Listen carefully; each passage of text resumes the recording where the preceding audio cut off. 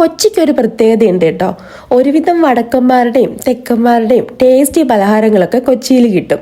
അങ്ങനെ ഞാൻ 2-3 വർഷം കൊച്ചിയിൽ നിന്ന സമയത്ത് എൻ്റെ കോഴിക്കോട്ടുകാരി ബെസ്റ്റ് ഫ്രണ്ട് വാങ്ങിച്ചു തന്ന സാധനമാണ് കേട്ടോ ഈ ഉന്നക്കായ.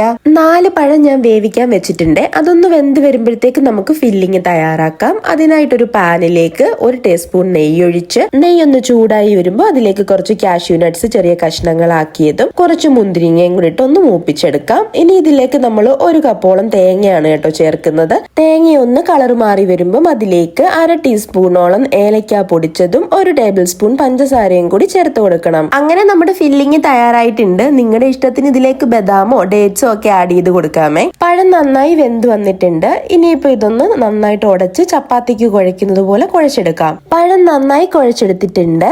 ഇനി നമുക്ക് കയ്യിൽ കുറച്ച് നെയ്യ് തടവി ഇതൊന്ന് ചെറുതായിട്ട് പരത്തിയെടുക്കാം. ഇതിലേക്ക് നമ്മുടെ ഫില്ലിങ് കൂടി വെച്ചിട്ട് ഞാൻ ഈ ഒരു ഷേപ്പിലാണ് കേട്ടോ ഇത് ഉരുട്ടിയെടുക്കുന്നത്. ഇതേപോലെ തന്നെ ഇങ്ങനെ ഫില്ലിങ് വെച്ചിട്ട് നമുക്ക് എല്ലാം ഒന്ന് ചെയ്തെടുക്കാം. ഞാൻ 4 ചെറിയ ഏത്തപ്പഴമായിരുന്നു പുഴുങ്ങാൻ വെച്ചിട്ടുണ്ടായിരുന്നത്. അപ്പൊ അത്യാവശ്യം വലുപ്പമുള്ള 6 ഉന്നക്കായ നമ്മൾ ഇങ്ങനെ ഉരുട്ടിയെടുത്തിട്ടുണ്ട്. ഇനി നമുക്കിതൊന്ന് ഫ്രൈ ചെയ്തെടുക്കണം. അതിനായിട്ടൊരു പാൻ വെച്ച് അതിലേക്ക് എണ്ണ ഒഴിച്ചു കൊടുക്കാം. ഇനി നമുക്കിതിങ്ങനെ തിരിച്ചു മറിച്ചു വിട്ടൊന്ന് ഫ്രൈ ചെയ്തെടുക്കാം. അങ്ങനെ നമ്മുടെ ഉന്നക്കായ തയ്യാറായി വന്നിട്ടുണ്ട്. അപ്പൊ എല്ലാവരും ട്രൈ ചെയ്ത് നോക്കണം. വളരെ ടേസ്റ്റി ആയിട്ടുള്ള ഒരു പലഹാരമാണ്. വീഡിയോ ഇഷ്ടപ്പെട്ടാൽ ലൈക്ക് ചെയ്യുക, ചാനൽ സബ്സ്ക്രൈബ് ചെയ്യുക.